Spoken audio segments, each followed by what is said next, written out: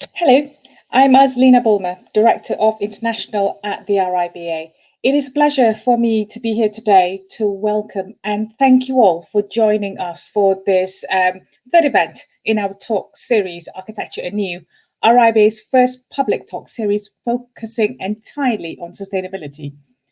The series aims to expand contemporary debate around the topic to look more holistically at sustainability to embrace social, economic, and environmental concerns.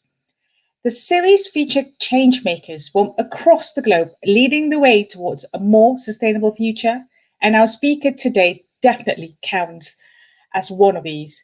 We are therefore really excited to have you all here with us this afternoon to hear from the Chinese architect Xu Tiantian from the Beijing-based DNA Design and Architecture.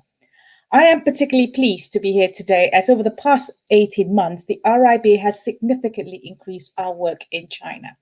Despite the global pandemic, we have enjoyed support from the Chinese architecture community and have been able to deliver and launch a series of interesting programs of work there, including the opening of our first office in Shanghai, the Hello China campaign, with talks delivered in 10 cities and digitally to global audience, Kaizen Ancient Trees competition in Shenzhen, and more recently, the launch of RIBA app specific for Chinese audience, which is available to download in Apple, Huawei, and Tencent stores.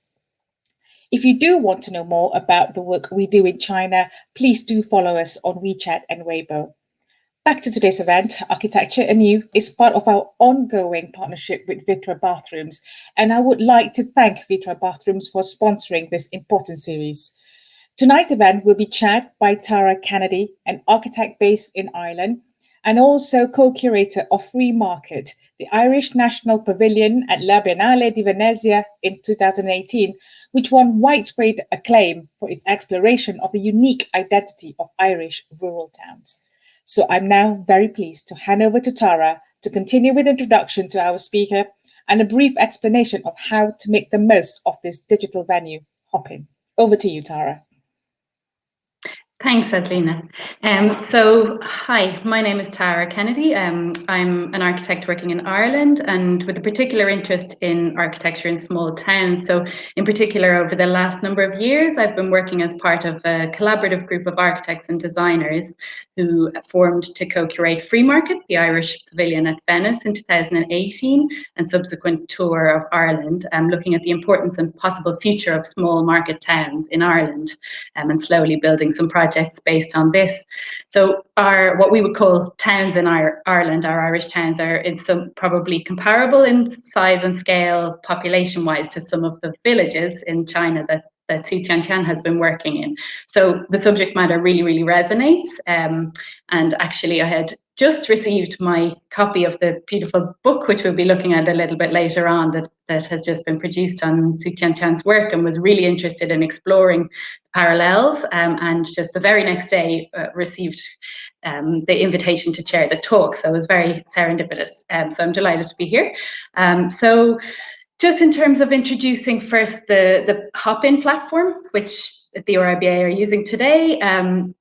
Hopin is one of the first times that it's been used by the RIBA, and possibly the first time for any of you attending, first time for me. So I just wanted to quickly outline some key points for you to make the most of it. So you should be able to see a chat and a Q&A box, and we would love for you to share your comments in the chat. But if you find this distracting, you can just maximize the main video stream.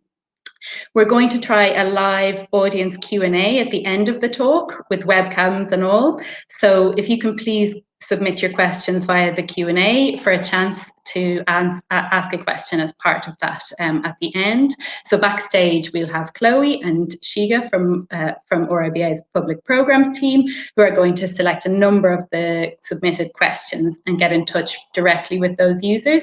So we need you to please check your direct messages in Hopin to receive the instruction for this. So you'll see this as a red notification in the top right over a paper airplane. It looks a little bit like a DM in Instagram. So if you keep an eye on that, if you've submitted a question.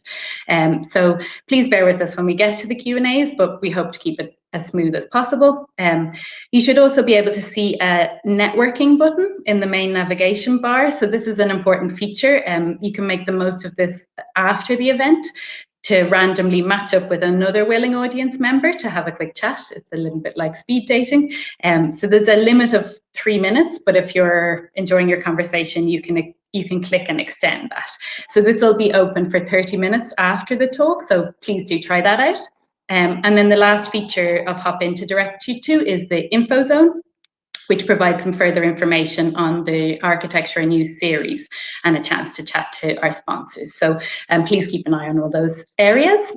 So in terms of just the event format today, so once I've introduced Xu Tiantian, there will be a keynote lecture for 45 minutes, followed by a chaired discussion for about 20 minutes between Tiantian and myself, and then the audience Q&A. So please submit your questions early for that. So to introduce Xu Tiantian, she's the founding principal of DNA, Design and Architecture, an interdisciplinary practice addressing our contemporary living environment, both physical and social, from scales small to large. She's the recipient of numerous awards, including most recently the Moira Gemmell Prize for Emerging Architecture in 2019. Xu Tiantian received her master's in architecture and urban design from Harvard Graduate School, and before that her baccalaureate she studied in Beijing. Her built projects outside of Songyang County include the Songyang Art Center and Ordus Art Museum, but we are focusing today in particular on work that she has been undertaking over the last number of years in Songyang County in China, under the theme of rural renaissance. So since 2014, she has been engaged extensively in the rural revitalising process in Songyang County, collaborating as part of a government-led rural development initiative there. And Songyang County, which I'm sure we'll understand a lot more about after the talk, is a county in eastern China, which is a small county with a total population of about 240,000, of which 190,000 are rural population in a total of about 400 villages, which is where the work we're going to see today is situated. And as is the case globally and in other rural regions in China, there are critical issues in these beautiful and ancient villages. As young people move to cities seeking employment, the villages become hollowed out with small and aging populations. And critically, people are losing faith in the future of the villages. And so this is where the strategies that Xu Tiantian has been exploring come into play. So since 2014, DNA, Design and Architecture have been collaborating with Songyang County and kind of slowly developing a systematic rural revitalising plan in the area. And the approach to this, which we'll hear lots more about, is an architectural acupuncture strategy adapted to serve the village and villagers primarily, to restore their rural heritage, as well as opening up for tourism and stimulating the rural economic development. So this approach, which looks at the overall health of the area rather than targeting only individual symptoms in the villages. And interestingly, this strategy works within a limited budget to motivate local communities and stimulate further revitalisation and business ideas in the region. So I think this approach, which I'm really looking forward to hearing about, where the architect and the architecture is addressing a complex set of both social structures and physical structures, and considering the rural and urban as interconnected within that. And so this has also been identified as something that could provide a sustainable strategy for rural revitalising in areas beyond Songyang and China. And her groundbreaking architectural acupuncture and this holistic approach to the social and economic revitalisation of rural China has been recently selected in 2019 by UN Habitat as the case study of inspiring practice on urban-rural linkages. So with that, I'll hand over to Xu Tiantian and really look forward to hearing more. Thank you, Tara. And thank you all for joining this virtual talk today. Let me share my screen first.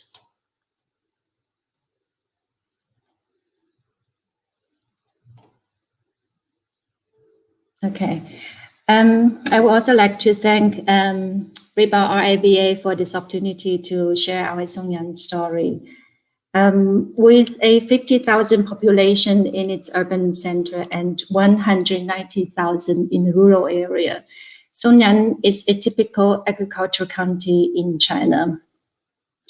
So in the past 7 years, we have been collaborating with the local communities and county government by adapting architecture as a systematic and sustainable strategy targeting the rural symptoms. A small-scale public program is introduced to each village according to its context and heritage to restore the. These also become the new opportunities for these ancient villages to restore the village or rural identity, to re-establish a new hope for the village community, as well as to attract tourism to improve village income and village revenue. So in total, we've been working with 32 projects.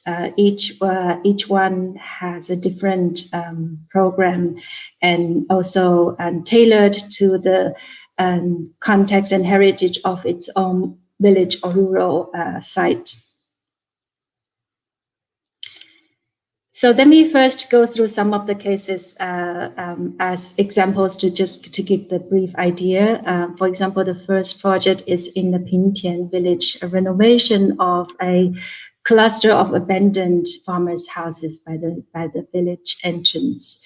So the work is the design is incorporating the traditional building technology, building method, and also the material, and the construction is done by the local villagers. And by preserving the building envelope, the design is focused rather on reorganizing the internal spaces and convert into public spaces for villager center.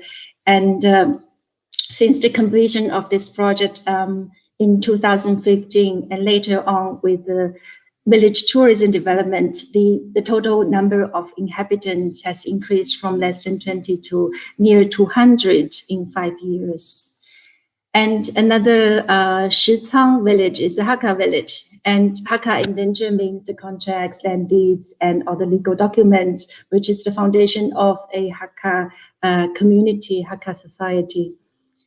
So this museum is dedicated to the Hakka indenture history and also becomes a background for the village and connecting to the mountain, also providing a viewing terrace looking back into the village.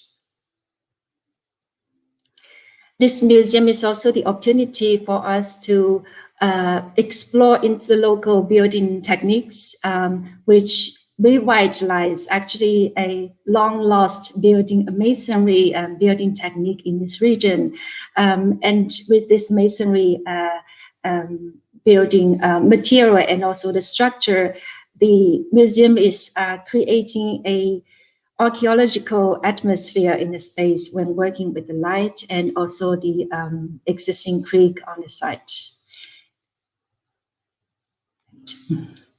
And this museum also inspired private investors into private investments into the neighbor adjacent vacant houses and convert into a tourism program, also as the supporting facilities for this rural museum. Wang village is very close to the county urban center and has been surrounded by factories since the 90s. So in this village, in a ancient village with over 400 years of history, the historical context, the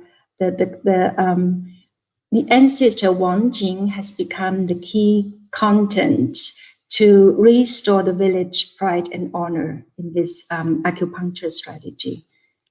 That's the memorial. A new memorial hall for ancestor Wang Jing is built at the center, the heart of this ancient village, and is mapping with the existing village fabric. So while the building is borrowing the material and also the forms from the neighbors, the interior is actually articulated into a timeline for ancestor life moments by converting these structural concrete bearing walls into a memorial corners, like a niche. And with this stone carving statue as indicating the different life moments of the ancestors' life, it's becoming almost like a spiritual temple in the center of the village.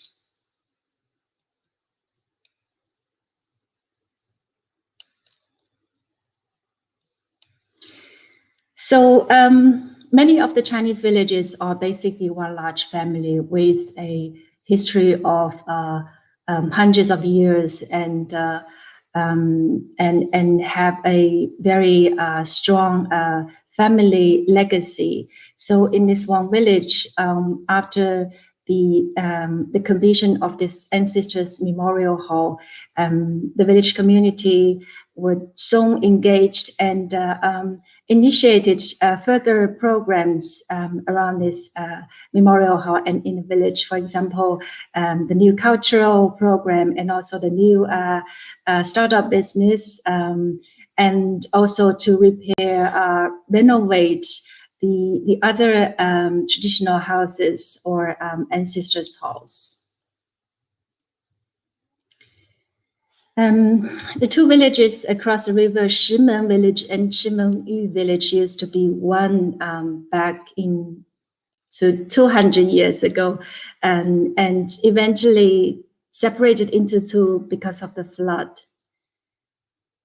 So the conversion of the existing abandoned bridge by adding a new wooden lounge for pedestrian has become a symbol of reunion for these two villages.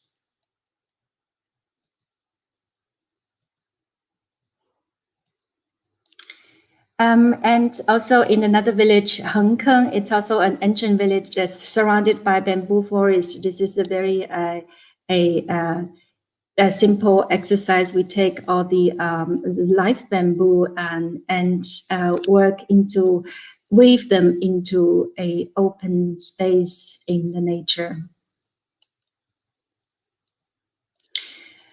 And the main, as we all know, that the main income resource for rural is the agricultural production. And many of the Songyang villages have their own specialty in farm crops or agricultural production. And in this case, a new village factory or workshop dedicated to the village specialty is able to reorganize the village's family workshops into a villager union and become a collective or co-op economic entity. All these factories or workshops are part of the acupuncture projects, but here we also take them into a new chapter of rural economy of the Songyang story.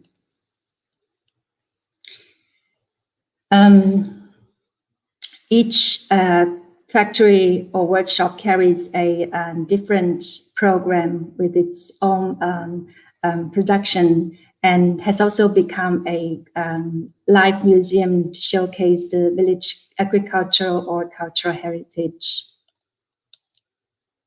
And together they will also establish a economic circulation within this county.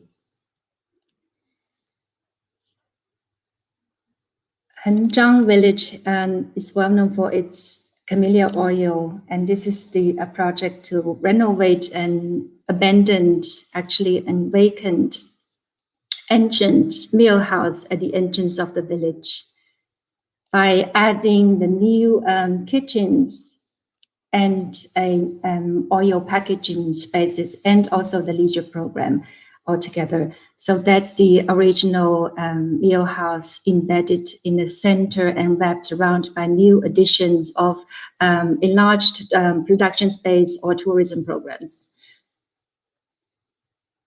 That's the building looking from outside, from exterior, and with pavilions for leisure purpose, and also the wrapping walls for new additions.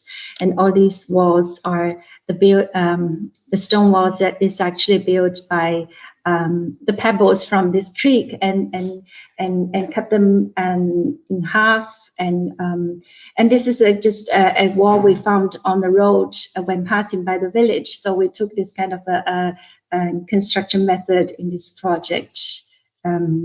Very convenient. And that's the ancient original mill house with a history over 100 years. And it's the traditional rammed earth wall building.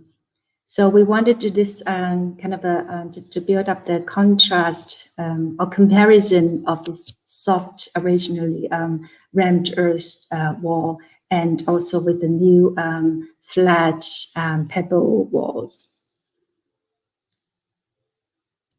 It's the new, and this is the new kitchen, enlarged, and also packaging rooms, and a pavilion, a terrace, look over to the creek, to the river. In the center, this is the original mill house with the production on the ground level, and the second level is a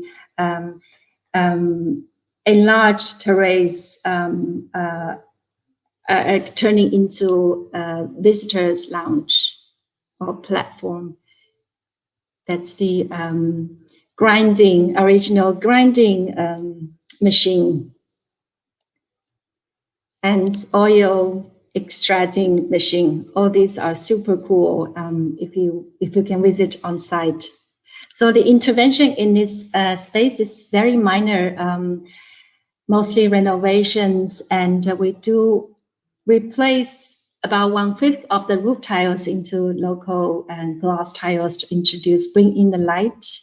And together with all these original timber and stone mechanism, it creates kind of a sensation in this space of the sound and light.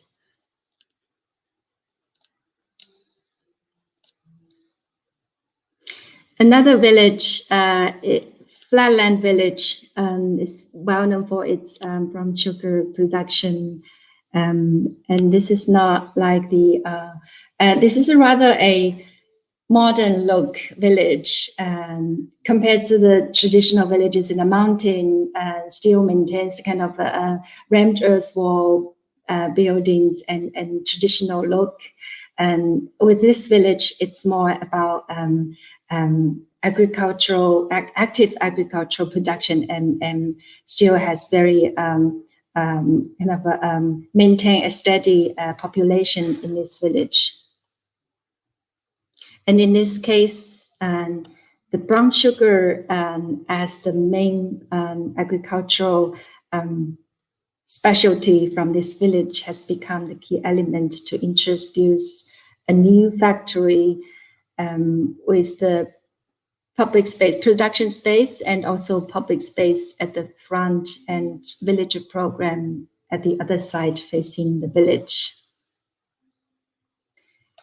So the whole volume is lifted up to create an open and airy transparency on the ground level. This is the entrance with bamboo shading, and the villager program facing the village will accommodate the other village facilities. And the traditional way of producing brown sugar used to happen in the family kitchens. And of course, it has a lot of issues, for example, the sanitary standards or the fire risks. So this new factory will establish a villager union by all these family workshops to operate the factory with the main space. This is the main production space as a central stage. And all these production stations and chimneys are coordinating with the building structure and skylights to create a background pattern for the movement, motions, and performance.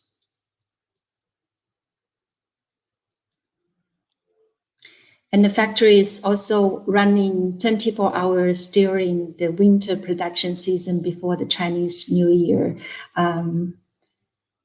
So the lighting is also creating this kind of stage setting in the space. Around this main production, the central stage, we also wanted to introduce a kind of a open visitors lounge or walkways or platform. So this is also the idea to showcase this production as a performance, as a celebration, and also as the village heritage. On the other hand, this is also a live museum for the village heritage. And next to, on the other side, there's also a open leisure space for both visitors and villagers. During the production season, this is also a selling compartment.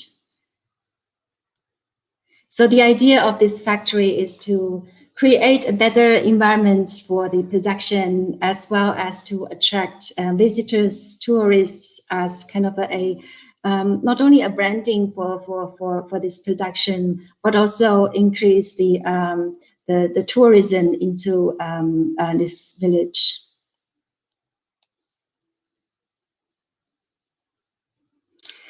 And the sugar price has increased about 4 times in the past 3 to 4 years, and which has attracted over 30 young villagers back to this village to join the production union. And during the non-production season, space can also be used as a villager space for movie nights or for this puppet show performance. In general, a village factory is a busy operating production space in the winter season, and also can turn into a villager space, a cultural or leisure space during the non-production season.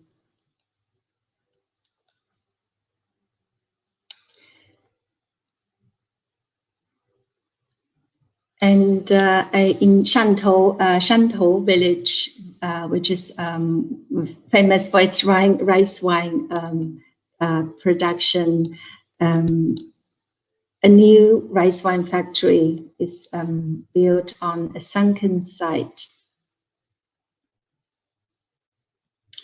with the basement as the wine cellar and ground level as production space. Also a visitor walkway parallel to this production space facing the village. And the second floor is a tasting terrace and also shared by the villagers.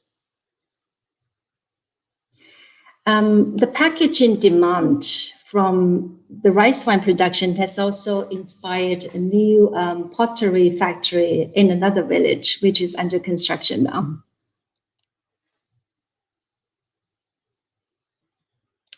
Another village in this region, Caizhai, is well known for its tofu production. So new Tofu Factory is located at the entrance of the village and on the existing terraces following the topography.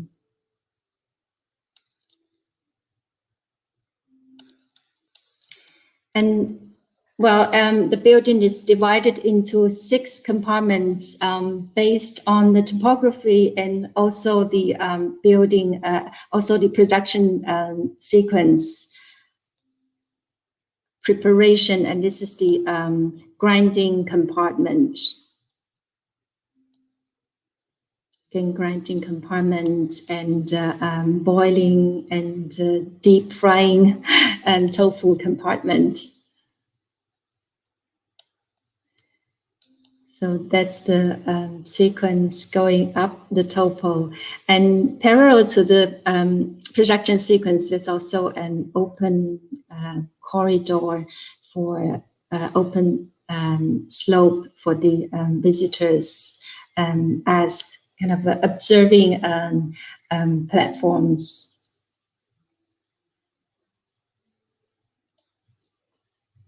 It's open to both visitors and villagers again. So in this tofu factory, a modern assembly timber structure is used to create this homey and warm atmosphere in the space. Tofu is kind of a daily a food, and you can almost make every day. You can make tofu back in your kitchen in this village. So on the other hand, this tofu factory is like a shared kitchen at the entrance of the village, and also again it's a life museum for this village heritage.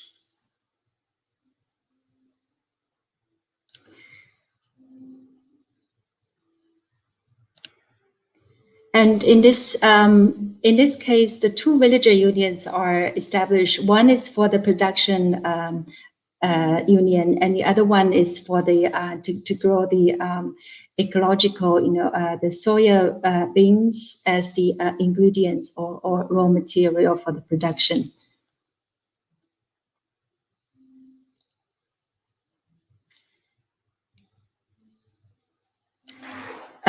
So we have a short film. I'm gonna quit sharing screen and hand it over to Roger to play the video.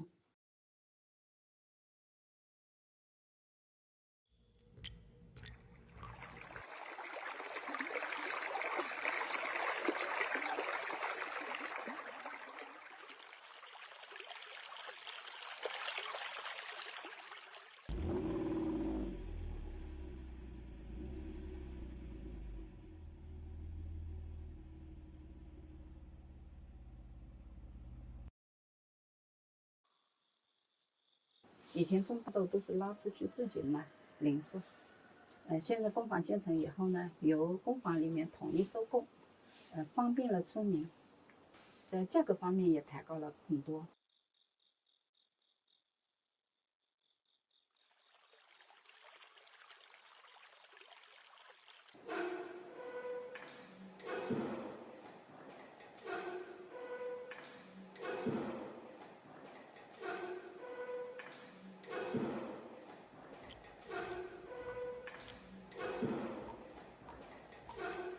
有4-5万斤吧，4-5万斤，所以呢，我就报名参加了到这里来，参加这个做泡豆腐了。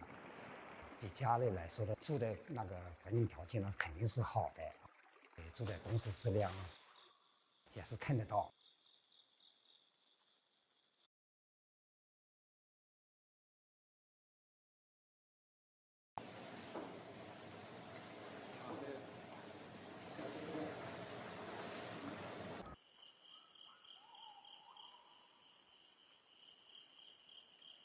工坊做起来的话，每天要做200-300斤豆子，现在收入比前年增加30万块钱，效益提高了，经济也提高了。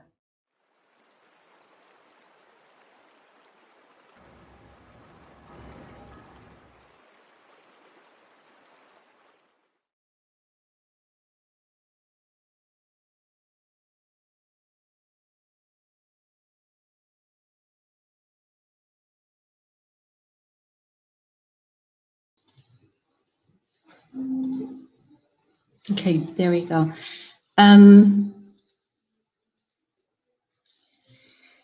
Back to me, right?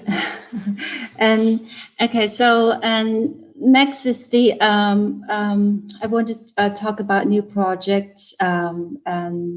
It's looking into the village housing, which is again, it's also a kind of independent chapter of the Songyang story.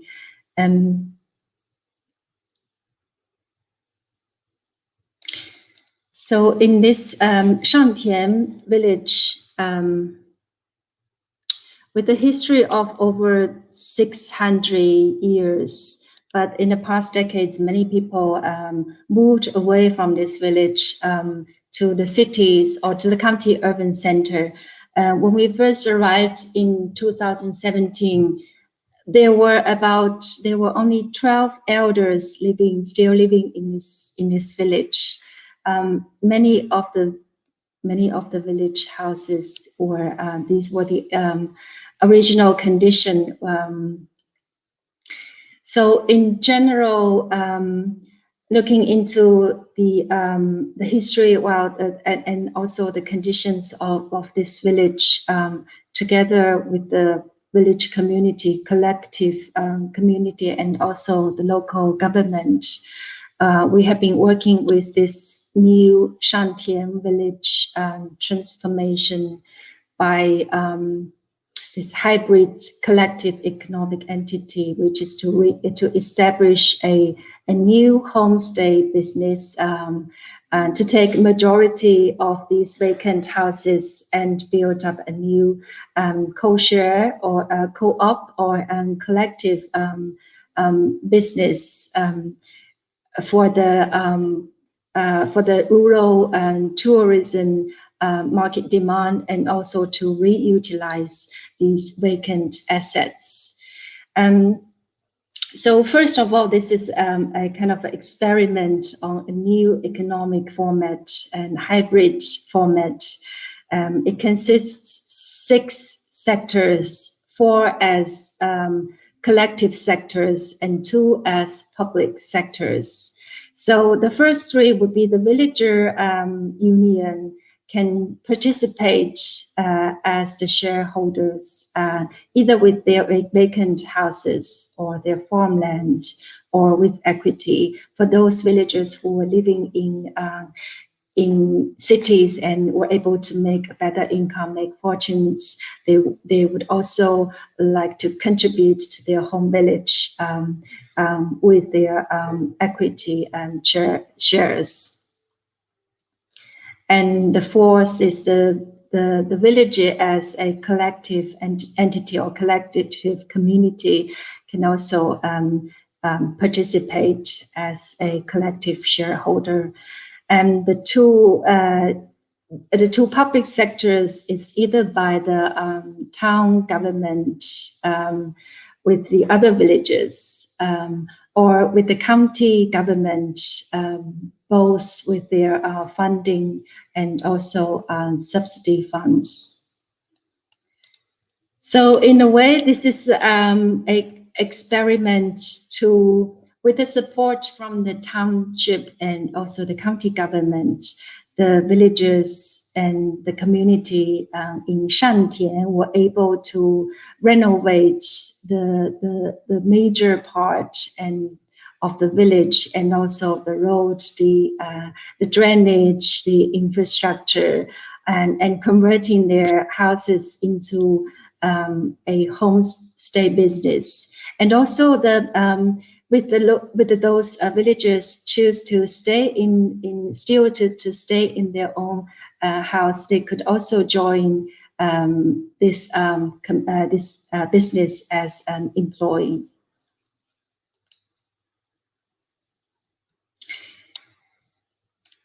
So, but the architectural design is rather a preservation of the original, these ancient ram earth wall buildings, the farmers' houses, by adding very few interventions on the exterior, so to preserve the major, the kind of an ancient or traditional envelope, and also the look of this village. And all the construction again were done by the local skilled workers from the region. And the interior were reorganized and adapting to this rural tourism and also public program.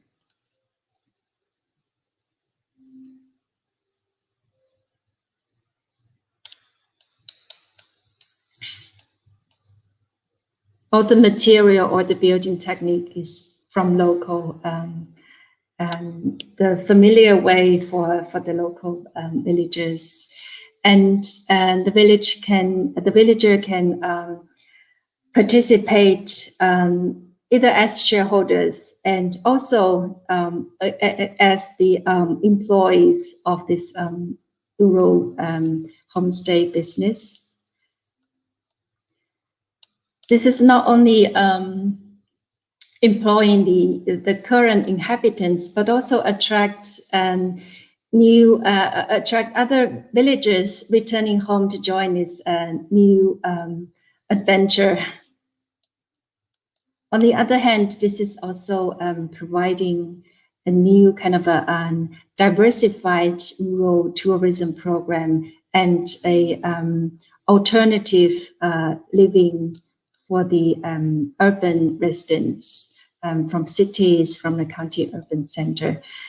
So altogether, this project is an experiment on it's both architectural design and also a social design to revitalize this village, the ancient village, with its vacant houses and assets.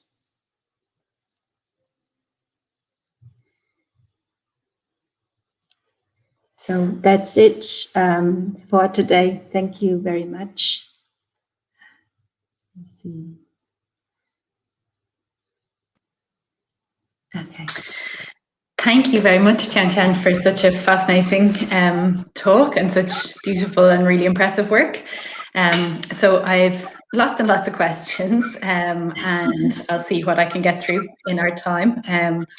So my first question, and I think actually follows on quite clearly from the homestay project, because it's a different model from the others, is to do with the idea of how the relationships get developed, I suppose. So I'm interested in how, when you're thinking about acupuncture, and it's this idea taken from medicine, it strikes me that it involves very close listening and a kind of listening approach to the place and the people. And I wonder, how do you develop that listening? How do you form those relationships?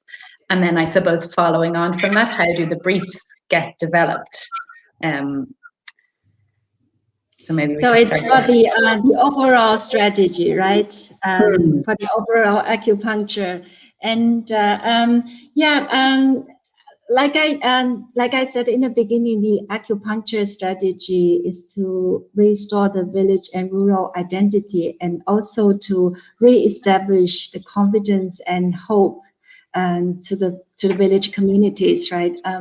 And this is actually part of the strategy, part of the idea that with the first a few model examples built, eventually, and the local other villages can see the results and take this as their model and learn from these, and further on they can initiate their own program according to their own assets or their own heritage.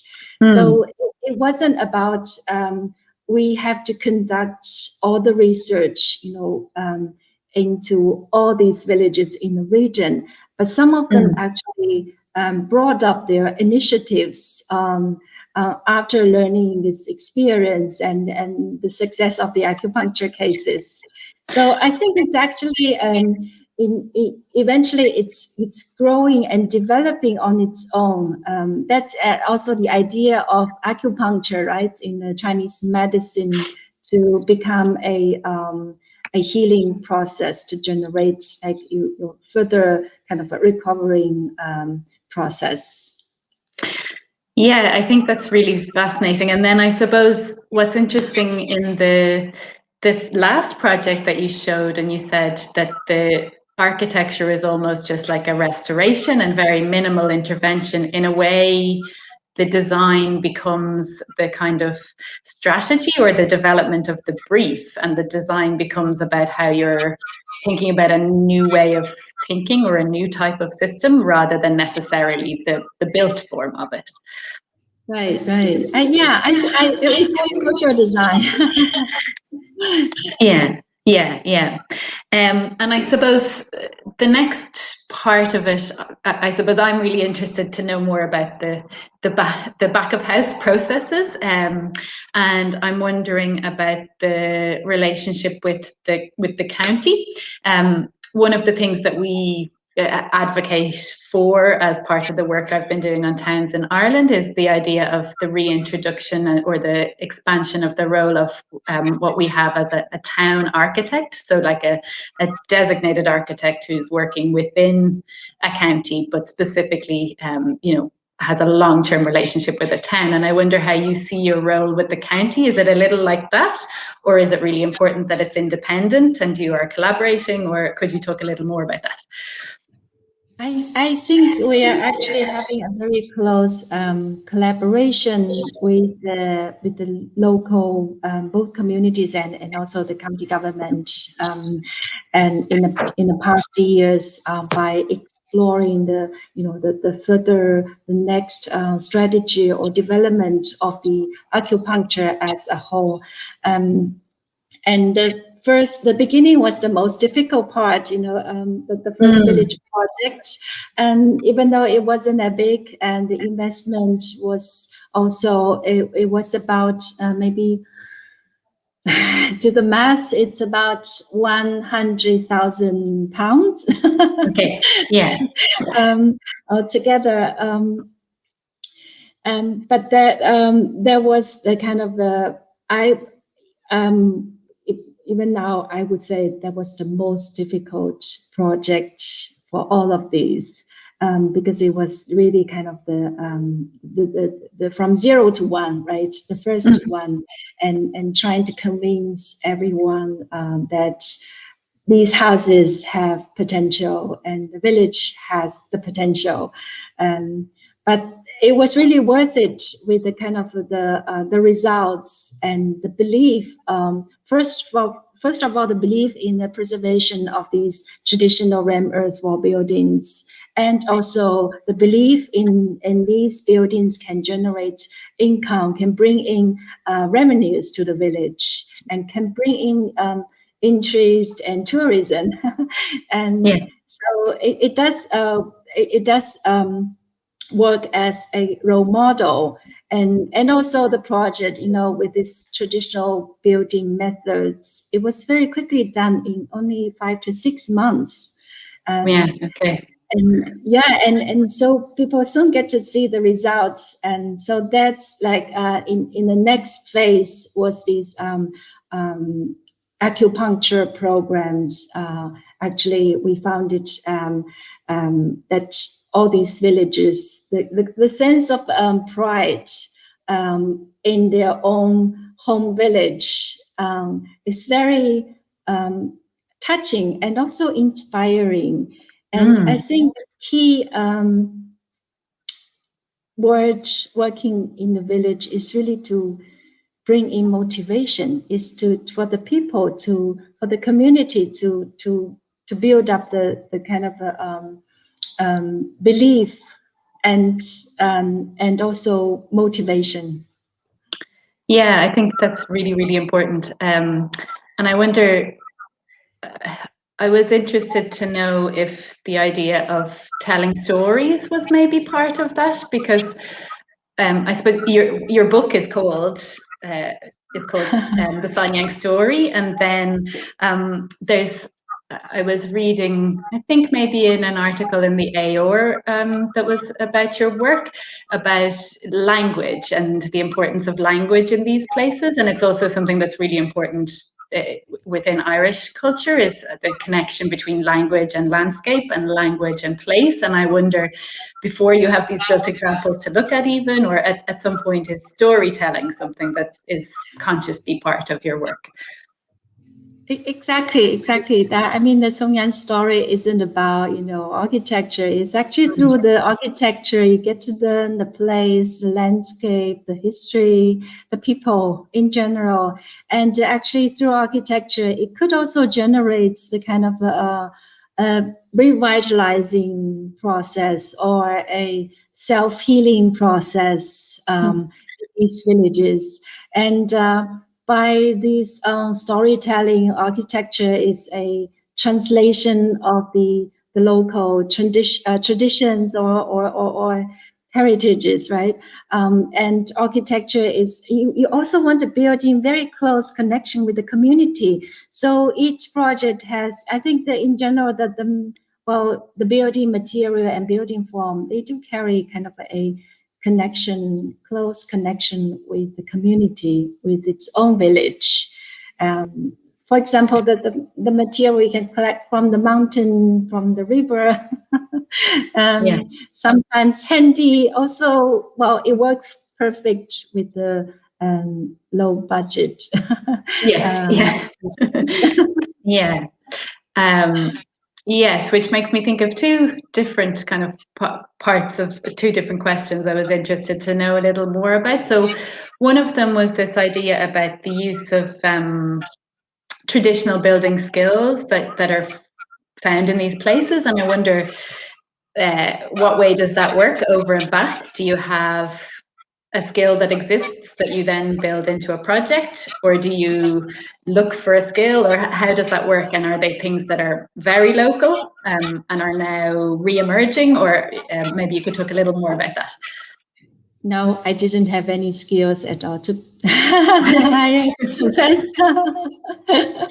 And that was why the first year, I was laughed at the local builders.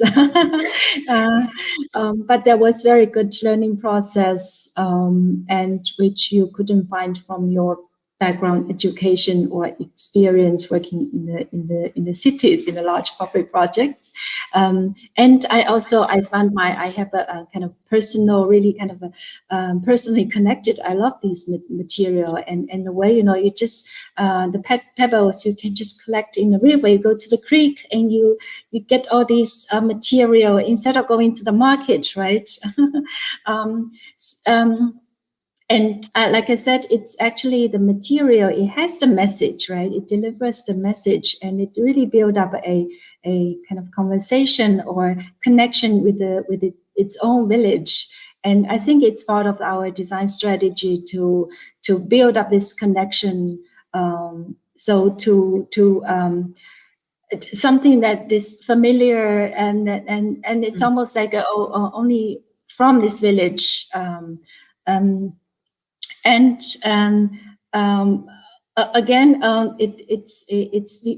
it's also a strategy to, with a limited amount of budget or building means, right?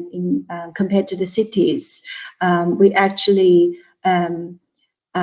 it's a necessity to explore only into the locals. That's why how we found this in the Hakka Indenture Museum. We found this masonry construction technique, which is really beautiful. In some of the villages, the whole village houses is built by this masonry technique, but it hasn't been used for many decades.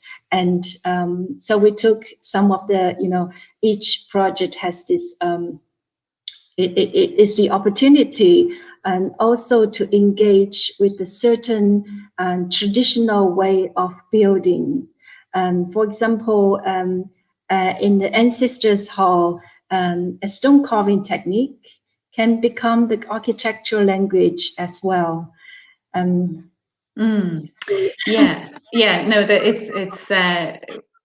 I suppose part of this idea about how the work that you're doing build social structures and legacy in that way, as well as built structures. So yeah, that's really interesting. And in the interview in your book with Wang Jun, there was a conversation about a transformation from an industrial civilization to an ecological civilization, which I suppose these material ideas really feed into this, as well as this idea of a kind of a more sustainable, compact way of living within these villages. So I think that's something that I suppose it's very conscious in your work, that kind of sense of ecological responsibility. Yeah, I think that has to do with our, in our current era, we have this infrastructure, we have the broadband internet facilities. For example, the virtual talk today, we are able to create kind of international platform, right? Yeah, and you don't have to meet all together. And this is also idea applying to the rural area, when we don't have to be in a large company to work there on daily basis, and maybe this remote kind of a work method, which is a must these days, but eventually it could also become kind of an alternative living for new generations, and to physically living in the village, in the nature, close to the nature, but you still have a very close connection with the society through all this infrastructure, which is in a way in the Songyang story. We were working with the village by village. All these buildings were, and all these the rural tourism and the production, the selling of these production were actually through internet. This is a kind of new eco era, maybe for the next generations. Yeah, and I suppose I know we're going to be joined soon by audience members with questions, but I was wondering, I suppose, we've noticed a behavioural change happening through the pandemic that has maybe highlighted or accelerated some of these moves towards remote working that were already happening. And I'm wondering, is there a particular experience through the pandemic that has heightened or changed things in Songyang? Well, during this pandemic, we were not able to travel overseas. So there's really kind of a really fast increasing rural tourism demand in China. And Songyang has become a very popular destiny these days for people to visit during holidays, or even live there for short term. But besides this kind of this pandemic situation, actually in the past 5 years, the revitalization process in Songyang has attracted many people returning home. For a scale like Songyang County, with only 50,000 inhabitants, in the past 5 years, there have been 6,400 people returning home. Wow. And yes, to build up the new startups, tourism programs, and there were also like residents from other cities will join Songyang for short-term living in the villages. So it does kind of generate a new movement in the region. So I think we're probably going to be joined by audience questions shortly. I just had one other, I suppose, observation or question that I was interested in expanding a bit, which is to do with the material language of the projects. And I read Saskia Sassen's writing in your book where she observes that you have often the use of glass and kind of light timber and sometimes bamboo, I suppose, but there's a particular material quality that repeats. And I wonder, is this idea that there might be an architectural motif or a repeating material character something that allows people to connect between the projects? And is there a deliberate sense that they are a family of things and people begin to see more and more of this family of buildings? And is that something conscious in your work? Yeah, material is definitely very, is kind of it's part of the strategy. And it's also a resource from the local, so we don't have to import from other region, right? And in general, for us, a small office to work with, it's quite a number of build projects in general, even in 7 years. Yes. Yeah. When you change the perspective on architecture, instead of making it as the final destination, as a beautiful art piece, as kind of your final goal, but rather it's actually through the architecture, it's a strategy, it's a means. You change kind of the focus, right? So in many ways, the material is actually kind of, we just take the things handy and also convenient for each project. And in that sense, it's a different focus or balance on the architecture, material or form or in general. Yes, yeah. And I suppose the other aspect of that then that's interesting to think about, and it may be in the context of the UN habitat recognition, is this idea that it might be a model for other places, and how there's two parts to this. One is how important is that global recognition to how the projects are read locally, and then also how much do you think it's a model that can be transferred, or is it maybe an approach that can be transferred? Let me answer the second question first. Yes. The idea of the Songyang story, it is to build up a sustainable strategy, even it's within the county itself, right, within this region. But it's also a strategy can apply to other rural regions. Every rural village has its own legacy, its own history, context, and similar, more or less facing the similar issues in general. And so when we were working in Songyang, we had a purpose of kind of have a definitely kind of a constrained budget. It's also to work it into a strategy instead of making kind of a very sophisticated art piece, right? And that was that was why this idea, this acupuncture has been introduced to the other areas in rural regions in China. And I would like to say that if you call it the recognition and to the Songyang story, to this strategy, I would say that it's I would rather say the other way, that we still have half population living in rural worldwide, and many of the countries or the regions need this really kind of attention or efforts into the rural area, and I would like to say that with this acupuncture strategy, it could also work with, as a sustainable strategy can also look into the other rural villages in the whole world and into other countries. Yes.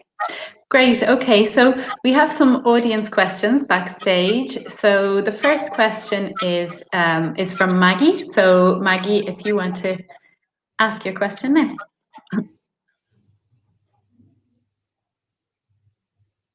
Oh, we're not hearing you yet, Maggie. Okay, how's Yes. that? Yes, great. Yeah. Okay, so I lived in Japan and I worked on a thatch roof house, bringing in British thatching process, adding a window. And it seems to me that when you're in rural areas, it's hard to find local people with an entrepreneurial spirit. But in your first village, you said that the villagers brought in their own ideas for programming. And I was wondering if these villagers are locals or if they came back from cities. Some of the villages is actually, when I say the villager bring in the initiatives, is actually the village as a collective community, as a kind of a co-op community, and that's how they initiate all these business or factories as a new startup, and mostly it would be the villager, the head of the village, who is like the head of the family, and together with the inhabitants in the village, and they will also contact their other family members, right, living in the cities, to work together into this business, who will, in general, they will, it's like a family meeting. They will ask who would like to participate and to contribute. I guess that group identity is a really great thing then in that case. Exactly. It does. It has very different context when comparing to the projects in the cities. Mostly, it's about the government or companies as the client. But in the village, when you're working with a large family, it's a different relationship. Absolutely. Thanks, Maggie. So the next question is from Christina. Christina, if you're there. Hi, greetings from San Francisco. Hello.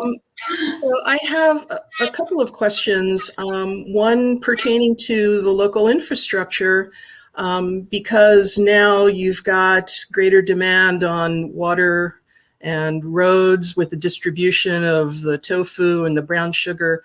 I was wondering if that had also been included in the programming of your projects, if you've anticipated this, also with the increased population coming back to the cities, to the villages. And another question is the tourism that's been increased with these new projects. And at what point do you think the tourism may diminish the integrity of the villages? And regarding the infrastructure, in China in general, every village has a road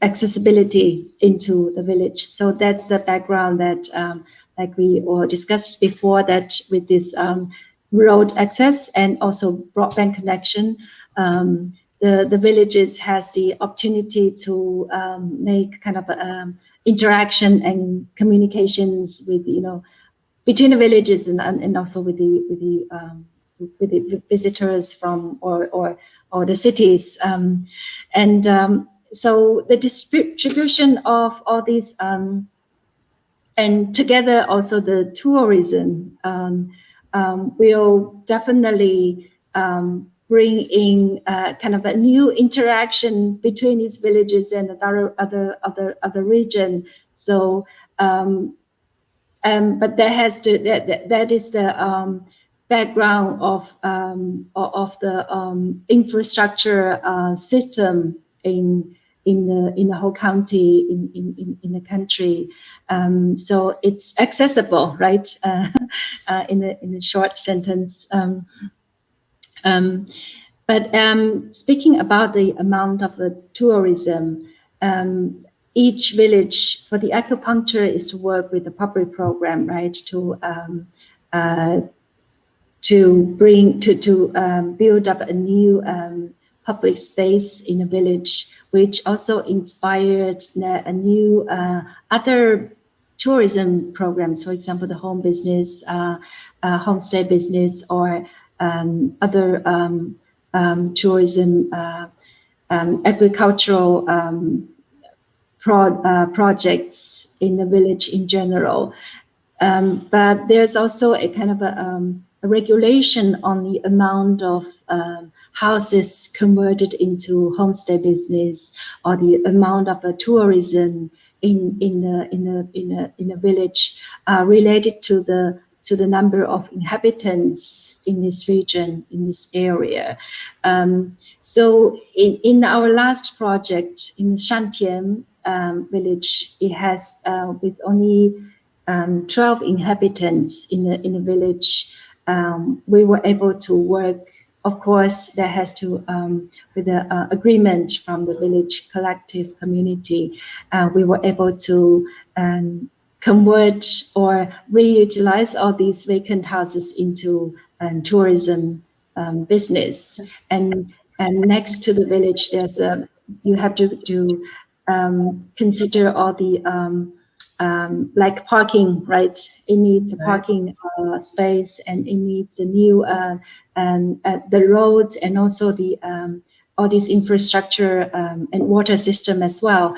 All this infrastructure for a village to turn into a let's say a tourism business, and that's why it wasn't only done by the village or funded only by the village collective money. It needed the support, the subsidy funds from the township government and also the county government, both as public sectors. Great, thank you. Thank you. Thanks, Christina. So we have a couple of questions that I'm going to read, as people have been returning to work and not able to read their own questions. So the first one, so beautiful projects in terms of architecture and community. The question is, how did your involvement start? Did the local government approach and engage you, or did you start with this regeneration agenda yourself? We first arrived in Songyang in January 2014 was because of another project, a commissioned hotel project in a tea plantation, and there was like the very beginning that the county government initiated this tourism development in the whole region. There was the beginning of the all rural revitalization plan, and it was more focused on the rural tourism. But like I said, it was the beginning phase was always the most difficult part. And in the first year, we've been asked by different villages and also the local government for advice on their village development, right? Well, and it involves these questions, even like, should we leave the villages as what it is, or should we even know, and sometimes even to demolish the buildings. For example, the first Pintian village project was our proposal was to preserve instead of demolishing, and that was the first year of a over a dozen of pro bono projects into different villages, different rural sites, and get to know the local. And it was a communication and also a learning procedure, and to build up the understanding from both sides. And eventually, that's the next year we proposed this acupuncture strategy. But I think in general, it's actually, I would like to say that it's safe, risk-free for the government, building in these public projects and small-scale, limited budget, right? And small scale in terms of a building scale, in terms of the budget cost, and to kind of establish a new identity for each village, and to work closely with the village culture and production. So I think it's not a very intrusive or massive surgery to make a kind of a ambitious development plan with massive investments. So there was also the strategy to collaborate. Yes, and in that early time, did that involve spending a huge amount of time in Songyang then for you? Definitely, yeah. We have been visiting Songyang over 100 times. I mean, for me personally, and sometimes we have to 1 week in Beijing and then 1 week in Songyang. So just back and forth. But we were also able to develop on the phone device with the app, and you can build up a kind of a group chat with a daily procedure on construction site. And on the other hand, we also team up with local design institutes and who were able to look after all the construction sites as well. So eventually it gets easier. Yes. Okay, and then the next question, I mean, there's been lots of questions. These are the selected questions that we've been sent. So the next one says, thank you, Tiantian, for a truly fascinating talk. I would love to know how your principles can be applied in the Western economy or environment. And also asking if I would comment a little bit then on how we've been developing strategies in Ireland, myself and the other free market curators. So if you want to talk first a little bit about how you imagine your principles transferring. I would like to see the tradition, the Irish tradition, the heritage, history, culture, and I think it must be. Even though I haven't been there, I would assume that it's similar to the Chinese background as well. In the rural region, in the countryside, they're really the rich culture and tradition and legacies, right? And I think that's the assets that has the value can be turned into a motivation or a new opportunity for the future. And with the, acupuncture actually means that you don't need you don't need massive investments or need like a large scale of development. And with a minimal and also sensitive approach, it could kind of rebuild the identity for the village and also the confidence for the village. But together working with the tourism will be a effective strategy to build up this interaction and between the cities and the rural villages, and also bring in the new revenue. So I would say that you can look at the individual cases, but also look into larger picture of kind of urban-rural interaction linkages in general. Yeah, I think the sense that your projects are networked, or the sense that there are interdependencies developing and that can be fostered between the villages and also between urban areas and rural areas, is a really important aspect of it, and something that's really important as part of the approach. And I suppose just to answer the question about what we have been developing in Ireland, or the kind of approaches that have come out of free market and out of the work that myself and the other curators have been doing. I suppose we've approached the work from the beginning with an idea that we would approach a kind of a ground up, or a look very closely at towns and at these things, like really listening and retelling a story, and understanding and revaluing what exists in these places and the existing heritage, but then also addressing the kind of political agenda at the same time. So one of the things that we have been doing since 2018 and kind of coming out of the work is engaging very directly politically. So we've made a number of different presentations to government, and I suppose advocated for certain things to become political policy. So one of those is we have been advocating for a town centres first policy to become part of the programme for government, which it has in our most recent programme for government, and that's then beginning to have impact on what affects development within towns. So the idea that you would first look to the town centre and the existing decaying town core as a place to put civic amenity or infill housing or all of these really important things, rather than allowing development to happen on the periphery of towns, which is a really important big issue, or one of the kind of key issues in our towns.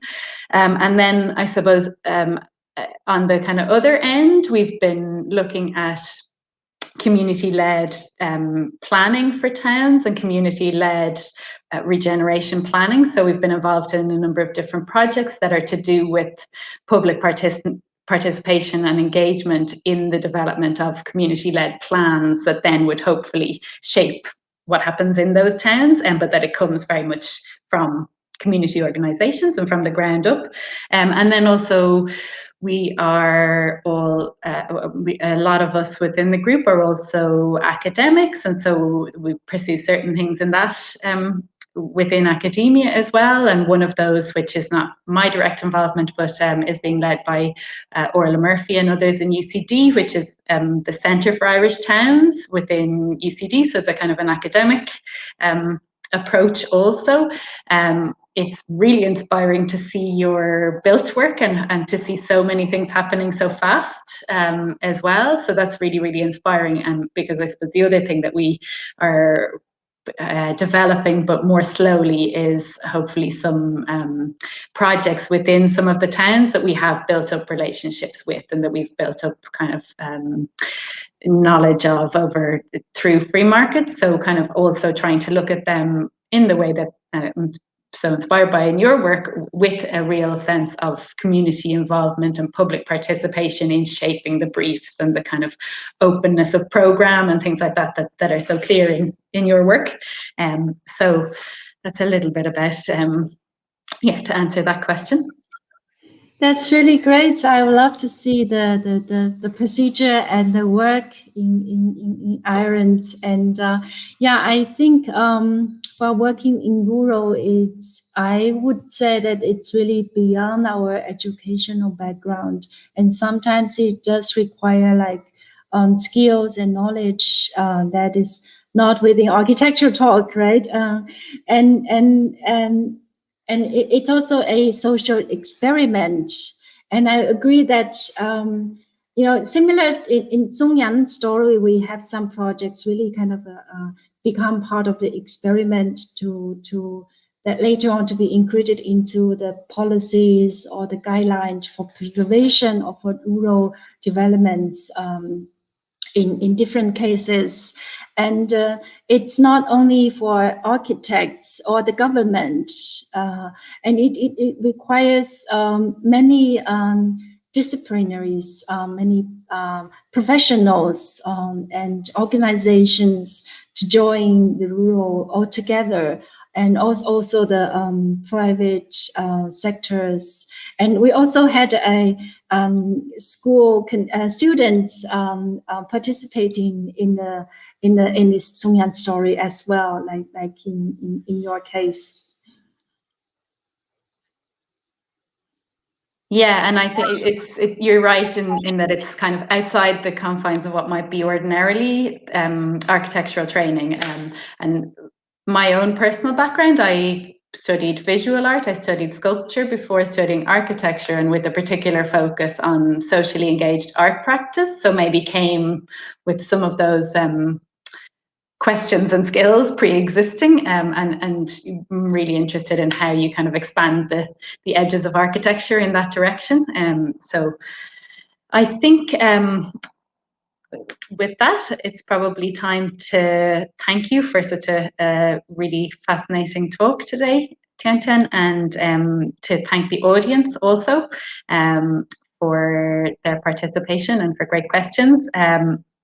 And also to thank again the sponsors, Vitra Bathrooms, and the book which has just appeared on the slide here, and which I have beside me here, is the RIBA Bookshop has created an exclusive offer for the ticket holders for today for the book Songyang Story, which I would definitely highly recommend.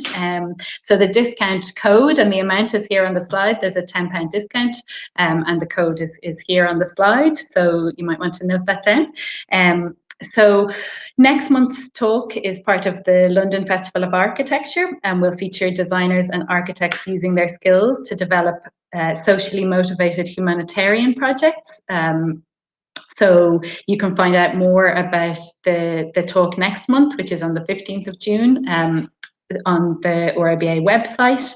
And I'd just like to, before we finally close, I'd just like to give everybody a reminder to try the networking feature on Hopin. So if you want to try that and you can have a quick chat with somebody else from the audience, I would recommend everybody gives that a go.